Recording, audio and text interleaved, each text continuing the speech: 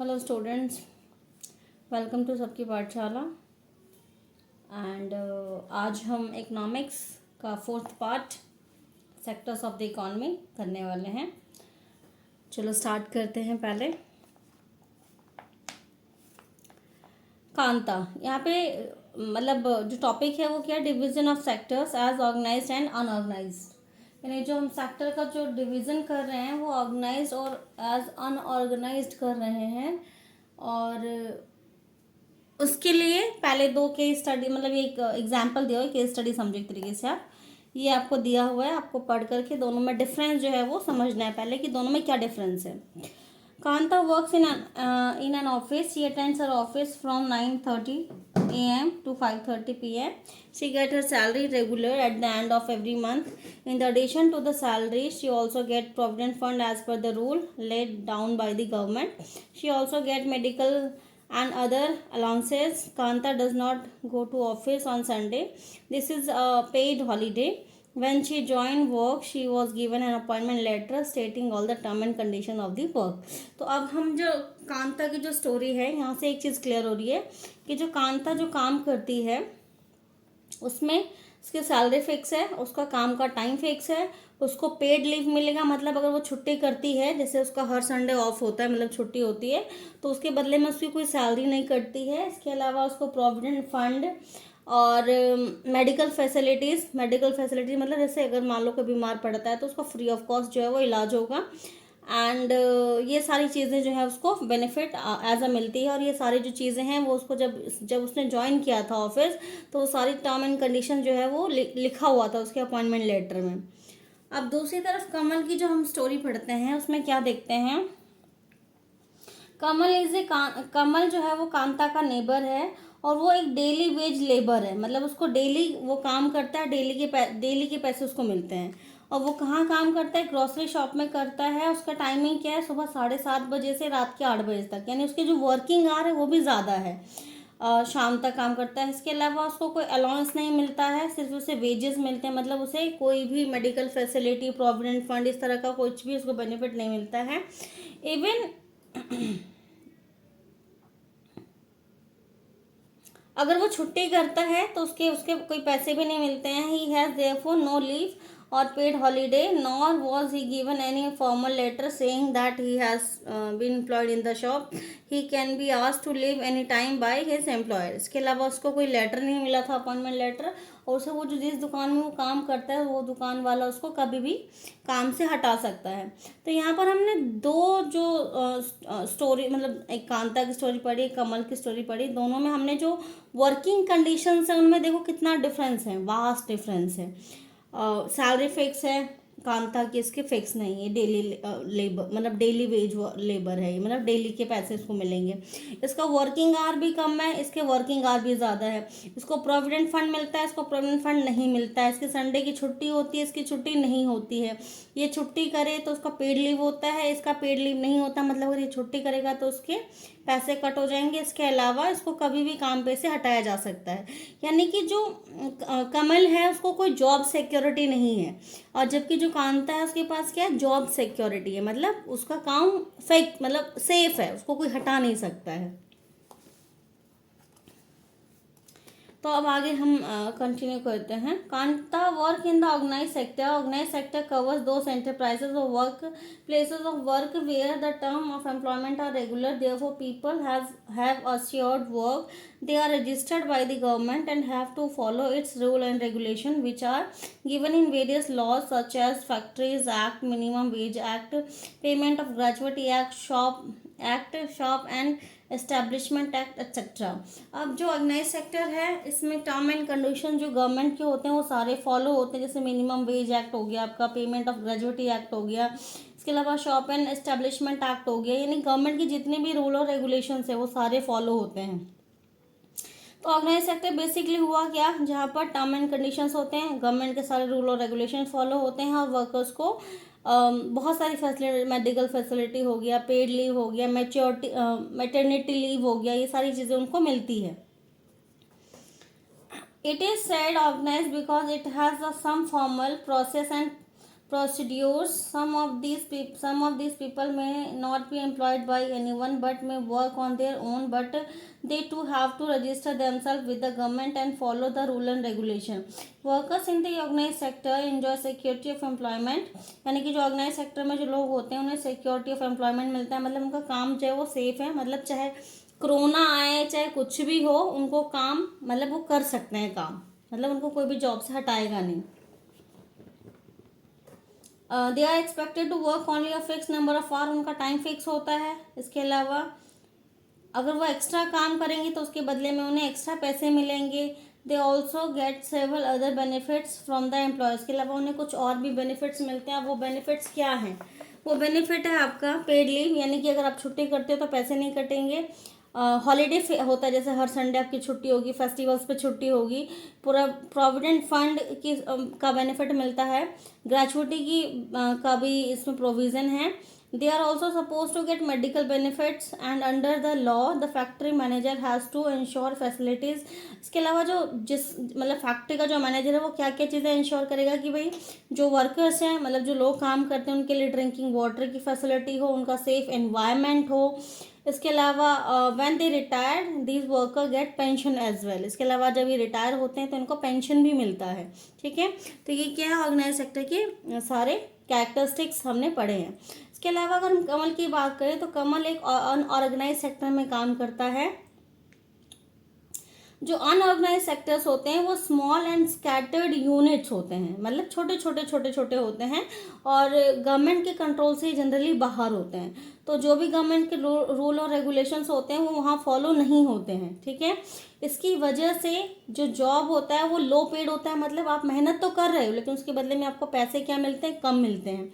Often not regular, आपका काम regular नहीं होता, कभी बुलाते हैं कभी नहीं बुलाते हैं. देयर इज़ नो प्रोविज़न, कोई प्रोविज़न नहीं है आपका ओवर टाइम का, मतलब काम के घंटे ऑलरेडी बहुत, जैसे आप कमल का देख लो, आप सुबह 7:30 से वो रात के 8 बजे तक काम करता है. ठीक है, इसके अलावा लीव ड्यू टू सिकनेस ये सब नहीं है. अगर आप बीमारी से छुट्टी करते हो तो आपके उसके बदले में पैसे कटेंगे. ठीक है, employment is not secure, people can be asked to leave without any reason. इसके अलावा एम्प्लॉयमेंट जो है सिक्योर नहीं है, आपको बिना रीज़न के भी हटाया जा सकता है. When there is less work such as during some season, some people may be asked to leave. जब काम कम होता है किसी सीजन में तो उनको हटा भी दिया जाता है. A lot also depend on the whims of the employees. के अलावा जो एम्प्लॉयर है उसकी इच्छा पर भी, मतलब वो अगर रखना चाहेगा तो रखेगा, नहीं रखना चाहेगा तो हटा सकता है. This sector include a large number of people who are employed on their own doing small jobs such as selling on street or doing repair work. Similar farmer work on their own and hire laborers as and when they require. तो इसके example क्या है, जितने भी street पे मतलब street vendors होते हैं, रिपेयर का काम करने वाले, फार्मर छोटे, ये सब क्या है अनऑर्गेनाइज सेक्टर्स के एग्जाम्पल्स हैं आपके.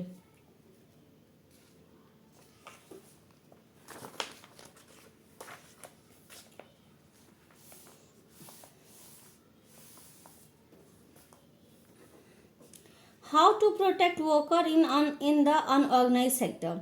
अब देखो बच्चों, ऑर्गेनाइज सेक्टर में जो लोग काम कर रहे हैं उनके पास तो सारी फैसिलिटीज़ हैं. जो अनऑर्गेनाइज सेक्टर में काम करते हैं उनके पास तो किसी तरह का कोई फैसिलिटी नहीं है. और सबसे बड़ी बात तो ये है कि ऑर्गेनाइज सेक्टर में काम करने वाले लोगों का जो नंबर है वो कम है और अनऑर्गेनाइज सेक्टर में काम करने वाले जो लोग हैं वो ज़्यादा है. तो ऐसे में जो अनऑर्गेनाइज सेक्टर में काम करते हैं उन्हें भी प्रोटेक्शन मिलना चाहिए ताकि वो एक जॉब सिक्योरिटी फीलिंग के साथ काम करें और अपना 100% दे जो भी काम वो कर रहे हैं. The organise sector often offers job that are most sought after but the employment opportunities in the organized sector have been expanding very slowly. It is also common to find many organized sector enterprise in the unorganized sectors. They adopt such strategies to evade taxes and refuse to follow laws that protect laborers. As a result, a large number of workers are forced to enter the unorganized sector jobs which pay a very low salary. They are often exploited and not paid a fair wages. Their earnings are low and not regular. These jobs are not secure and have no other benefits.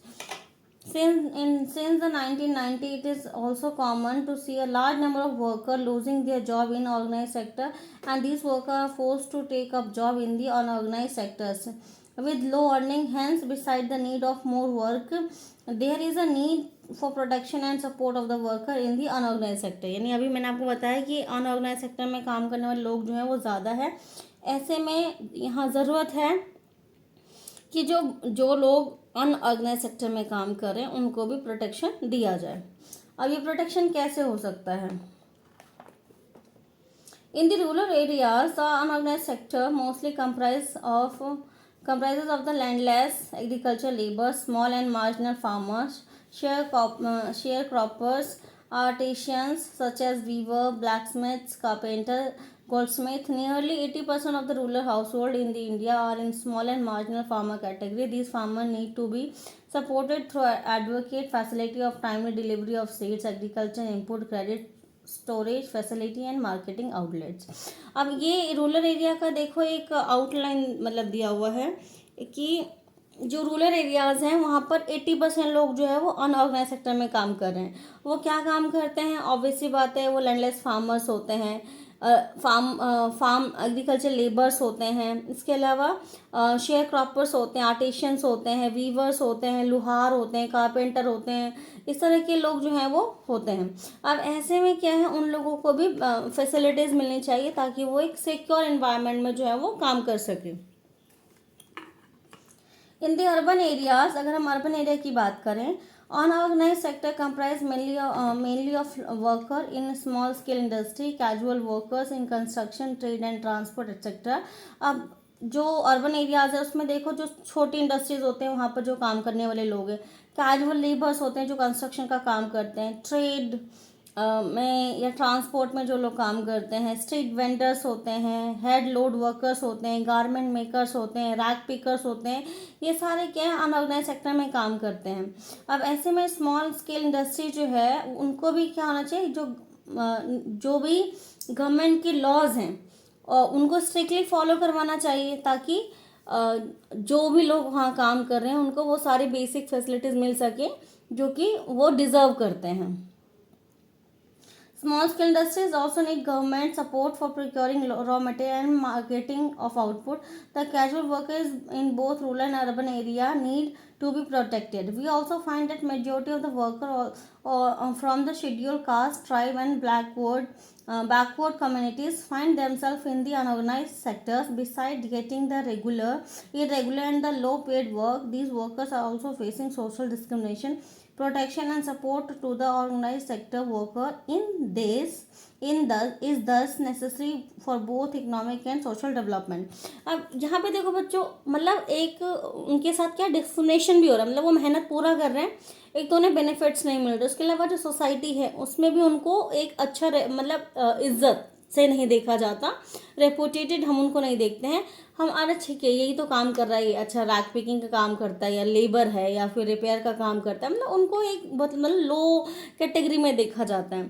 तो ऐसे में बहुत ज़रूरत है कि कुछ ऐसे rule और रेगुलेशंस बनाए जाएं ताकि जो अनऑर्गेनाइज सेक्टर में जो लोग काम कर रहे हैं उनको भी एक सोशल मतलब सोशल एक उनको वैल्यू मिले और उनके भी मतलब उनको भी एक प्रोटेक्टेड एनवायरनमेंट मिले काम करने का.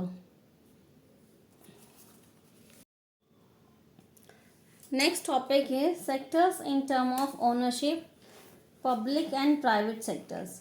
यानी जो ओनरशिप है, मतलब ओनरशिप मतलब मालिक की तरीके से, उसके बेस पे जो फैक्ट्री है, मतलब जो सेक्टर्स हैं वो दो तरह के हैं, एक पब्लिक सेक्टर है, एक प्राइवेट सेक्टर. तो ओनरशिप मतलब जैसे ओन करना, मतलब मालिक होना, ठीक है. तो ओनरशिप के बेस पे दो हैं अभी, जैसे आपको पता ही है, पब्लिक एंड प्राइवेट. तो पब्लिक सेक्टर क्या कहता है? In the public sector the government owns most of the assets and provide all the services. यानी कि पब्लिक सेक्टर में क्या है कि जो गवर्नमेंट है वही करता धरता है, मतलब सब कुछ क्या है सरकार के हाथ में है. चाहे असेट्स मतलब होता है एक तरह से आप समझो प्रॉपर्टी, जैसे फैक्ट्री है, जैसे आप अपना स्कूल गवर्नमेंट स्कूल देख लो आप, तो गवर्नमेंट स्कूल का जो है वो जो पूरा जो बिल्डिंग बना हुआ है वो क्या है, असेट्स हो गई गवर्नमेंट की, ठीक है. तो असेट्स और जो भी सर्विसेज प्रोवाइड करता है वो कौन करता है, गवर्नमेंट ही प्रोवाइड करती है। इसके अलावा जो प्राइवेट सेक्टर है, प्राइवेट सेक्टर में क्या होता है, जो ओनरशिप होती है वो किसके हाथ में होता है, किसी भी प्राइवेट इंडिविजुअल या कंपनी के हाथ, मतलब कोई भी इंडिविजुअल जो पर्सन है वो उसका मालिक हो सकता है। जैसे आप रिलायंस का एग्जांपल ले सकते हो कि रिलायंस इतनी बड़ी इंडस्ट्री है, उसका जो मालिक है वो अंबानी, मतलब अंबानी फैमिली है, ठीक है, इस तरीके से। तो इसका एग्जांपल जो दे रखा है आपको सर, पब्लिक सेक्टर का है इंडियन रेलवे और पोस्ट ऑफिस, ये गवर्नमेंट मतलब इनको चलाती है। और जो आपको प्राइवेट सेक्टर उसका एग्जांपल टिस्को हो गया, Tata iron and steel company जिसका मालिक टाटा ग्रुप है। इसके अलावा रिलायंस, रिलायंस इंडस्ट्री, ठीक है। Activities in the private sector are guided by the motive to earn profit. अब जो प्राइवेट सेक्टर में जो भी एक्टिविटी हो रही है, जो भी काम हो रहा है, उसका जो मेन मोटिव है वो है प्रॉफिट अर्न करना। जबकि जो गवर्नमेंट सेक्टर में जो भी एक्टिविटी हो रही है उसका जो मेन मोटो है वो है सोशल वेलफेयर, मतलब लोगों का अच्छा करना, मतलब भला करना, सोशल वेलफेयर मतलब सोसाइटी के लिए काम करना, ठीक है। जैसे आप ये देखो, इतने सारे स्कूल्स गवर्नमेंट चलाती है, इतने सारे, आप दिल्ली में ही देख लो आप कितने स्कूल्स होंगे, ठीक है। अलग अलग शिफ्ट्स में भी चलते हैं, एमसीडी के स्कूल चलते हैं, आप एसकेवी के चलते हैं, जीबीएस के चलते हैं, प्रतिभा वाले चलते हैं, एसओई चलते हैं। तो गवर्नमेंट के इतने सारे स्कूल्स हैं, इतने सारे हॉस्पिटल्स हैं जो गवर्नमेंट चलाती हैं। और वहाँ आप अगर हॉस्पिटल का एग्जाम्पल लोगे तो देखो वहाँ पर फ्री में ट्रीटमेंट होता है, आपको किसी तरह का कोई पैसा नहीं देना है, ठीक है। इसके अलावा अब गवर्नमेंट के लिए तो देखो एक्सपेंडिचर, इतना बड़ा बिल्डिंग उसने तैयार करा है, इतने सारे डॉक्टर्स काम करते हैं, इतने सारे स्टाफ काम करता है, इतने सारे उसने इक्विपमेंट रख रखा है, मशीनें हैं स्कैनिंग की, तो उन सब में क्या पैसे नहीं लगते हैं? तो ऑब्वियसली बातें लगते हैं। लेकिन क्योंकि गवर्नमेंट की जिम्मेदारी है हेल्थ फैसिलिटी प्रोवाइड करना, तो इसीलिए वो सोशल वेलफेयर के लिए वो चीज़ें वो कर रही है। आप स्कूल का एग्जाम्पल ले सकते हो कि स्कूल, इतने सारे स्कूल गवर्नमेंट रन करती है, उसमें प्रिंसिपल होते हैं, वाइस प्रिंसिपल होते हैं, टीचर्स होते हैं, इसके अलावा और भी स्टाफ्स होते हैं जो कि काम कर रहे होते हैं। तो उनको तो सैलरी गवर्नमेंट दे ही रही है, लेकिन जो बच्चे वहाँ पढ़ रहे हैं वो तो उनको फ्री ऑफ कॉस्ट एजुकेशन मिल रही है। तो यानी कि गवर्नमेंट सारा खर्चा उठा रही है, और उसका जो एक ही पूरा जो करने का जो मकसद है वो एक ही है कि भाई हमारा जो सोसाइटी है उसका वेलफेयर हो, ठीक है। इसलिए गवर्नमेंट इतना पैसा खर्च करती है। The purpose of the public sector is not just to earn profit. Government raise money through taxes and other ways to meet the expenses on the service rendered by it. अब इसके अलावा government जो इतने सारे मतलब खर्चे कर रही है, तो वो सारा पैसा कहाँ से मिलता है? टैक्सेस से, जो हम देते हैं गवर्नमेंट को, वो सारा पैसा टैक्स से इकट्ठा करती है और हमारे पर ही वो खर्च करती है। Modern day government spend on a whole range of activity. What are these activities? Why do government spend on such activities? These are several things needed by the society as a whole, but which private sector will not provide at a reasonable cost. Some of these need spending large sum of money, which is beyond the capacity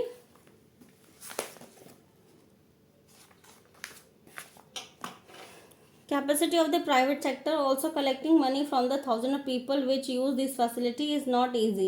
Even if they do provide these services, would charge a high rate of their use. Examples of construction of the road, bridge, railway, harbors, generating electricity, providing irrigation through dams, etc. Thus government have to undertake such heavy spending and ensure that these facilities are available for the everyone. अब government ये पैसा देखो क्यों खर्च करती है? कुछ जो सर्विसेज होती हैं जो सबको चाहिए होती है, मतलब सबके लिए वो चीज़ ज़रूरी है। जैसे आप इलेक्ट्रिसिटी ले सकते हो, रोड्स ले सकते हो, हॉस्पिटल्स ले सकते हो, ठीक है। तो ऐसे में अगर कोई प्राइवेट पर्सन, मान लो कोई कंपनी प्राइवेट है, कोई प्राइवेट पर्सन वो काम कर रहा है, मतलब रोड बना रहा है वो, या स्कूल बना रहा है, या मान लो हॉस्पिटल बना रहा है, तो ऐसे में उसका जो मेन पर्पस क्या होगा कि जितना पैसा उसने लगाया है एटलीस्ट उतना मिले और उसको प्रॉफिट मिले उन चीज़ों से, ठीक है। उसे से कोई फ़र्क नहीं पड़ता कि लोगों का वेलफेयर हो रहा है या नहीं हो रहा है। लेकिन जो गवर्नमेंट है उसका मेन काम क्या है? भाई सोसाइटी के लिए काम करना है। तो जो भी चीज़ें सबके लिए ज़रूरी हैं वो चीज़ें क्या करती है? गवर्नमेंट अपने हाथ में रखती है, और गवर्नमेंट भी उन चीज़ों पे खर्च करती है ताकि उसका जो बेनिफिट है वो समाज के यानी सोसाइटी के हर एक पर्सन को उसको मिल सके benefits. There are some activity which the government has to support. The private sector may not continue their production or business unless government encourage it. For example, selling electricity at the cost of generation may push up the cost of production of goods in many industries. Many units, especially small scale units, might have to shut down. Government here steps in, producing and supplying electricity at a rate which these industries can afford. Government has to bear part of the cost. अब कुछ चीज़ें क्या है, government जो है वो मान लो जैसे इसमें बिजली का एग्जांपल दिया है कि मान लो कोई भी एक प्राइवेट कंपनी है वो बिजली बना रही है, ठीक है, क्या बना रही है वो इलेक्ट्रिसिटी।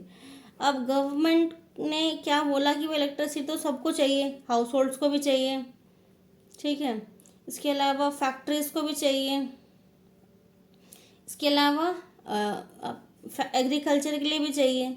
तो ऐसे में अगर ये इलेक्ट्रिसिटी महंगी हो जाएगी तो वो चीज़ें इनके हाथ से मतलब ये लोग नहीं अफोर्ड कर पाएंगे। तो गवर्नमेंट क्या बोलते हैं कि एक रेट फिक्स कर देती है कि भाई आपको इस रेट से ज़्यादा जो है वो चार्ज नहीं करना। तो गवर्नमेंट ने क्या कर दिया, रेट फिक्स कर दिया। अब ऐसे में कंपनी वाले बोलते हैं कि हमें तो क्या हो रहा है, लॉस हो रहा है। तो गवर्नमेंट क्या करती है, जो कंपनी है प्राइवेट, इसको क्या देती है, सब्सिडी देती है, ठीक है। यानी कि आपको जो भी आपका खर्चा आ रहा है, एक्सपेंडिचर आ रहा है, उसका कुछ पोर्शन जो है, कुछ पैसा जो है वो सरकार डायरेक्टली इनको देती है ताकि इसको भी लॉस ना हो और इन लोगों को भी जो है इलेक्ट्रिसिटी क्या मिले, कम रेट पर इजीली अफोर्डेबल हो, ठीक है बच्चों। Similarly, the government in India buys wheat and rice from the farmer at a fair price, and this is to store in its godown and sell at a lower price to consume through ration shops. And you have read about this in the chapter of on food and security in class 9. इसके अलावा government देखो और क्या करती है, जो ration होता है, वीट हैं, राइसेस हैं, वो सब क्या करती है, फार्मर से खरीद लेती है फेयर प्राइसेस पे। और जो लोगों को ज़रूरत होती है, जैसे आपने देखा होगा जब कोविड था तो उसमें गवर्नमेंट सभी लोगों को डबल डबल राशन दे रही थी ताकि वो लोग क्या हो, सरवाइव कर सके। क्योंकि देखो कोविड के टाइम पे कोई भी काम पे नहीं जा रहा था। ऐसे में भैया आप काम करो नहीं करो, खाना तो सबको चाहिए, फूड तो बेसिक नीड है ही हमारा। तो ऐसे में जो लोग जो मतलब जो डेली काम करते हैं, डेली लेबर मतलब डेली वेजर हैं, तो ऐसे में उन लोगों के लिए सर्वाइव करना बहुत मुश्किल था। तो गवर्नमेंट ने क्या किया, राशन देना शुरू करा, गेहूँ और चावल, ठीक है। तो इससे क्या हुआ, एटलीस्ट उनके लिए थोड़ा ईजी हो गया सर्वाइव करना। तो गवर्नमेंट इस तरीके से क्या करती है, स्टेप्स लेती है लोगों को हेल्प करने के लिए, सोशल वेलफेयर करने के लिए।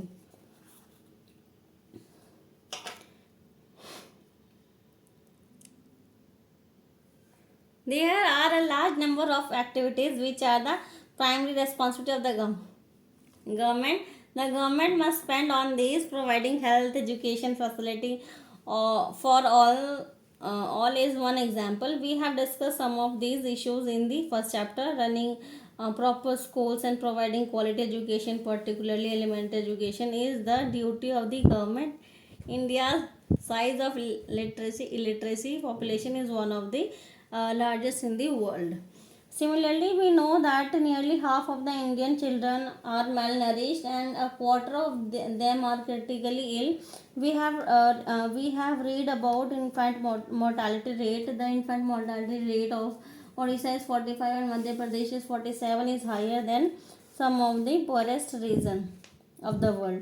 Government also need to pay attention to aspect of human development such as ability of safe drinking water, housing facility for the poor, and food and nutrition.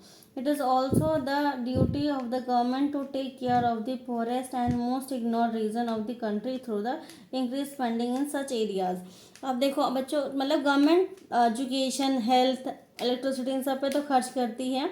इसके अलावा हमारे देश में एक माल नरिशमेंट एक सबसे बड़ी प्रॉब्लम है कि जो बच्चे हैं उनको प्रॉपर न्यूट्रिशन नहीं मिल रहा है। इसके अलावा कई ऐसे स्टेट्स हैं जहाँ पर इन्फेंट मोर्टालिटी रेट भी बहुत ज़्यादा है, यानी कि हेल्थ फैसिलिटीज़ अभी वहाँ डेवलप नहीं हुई है। तो गवर्नमेंट को भी इन सभी सेक्टर्स में बहुत सारा काम करना है ताकि जो हमारा देश है वो प्रॉपर एक डेवलपमेंट के रास्ते पे चल सके और हमारे देश के सभी लोगों को जो भी बेसिक फैसिलिटीज़ हैं वो सबको मिल सके, ठीक है। एंड आज हमारा ये चैप्टर ख़त्म होता है। आई होप आपको समझ आया होगा, नहीं आया होगा बार बार देखिएगा, ज़रूर आएगा। मैंने पूरी कोशिश करी कि मैं सिंपल से सिंपल लैंग्वेज में आपको चैप्टर समझा सकूं। एंड एक ही है, आप वीडियो को लाइक कीजिए, शेयर कीजिए एंड सब्सक्राइब कीजिए। Thank you.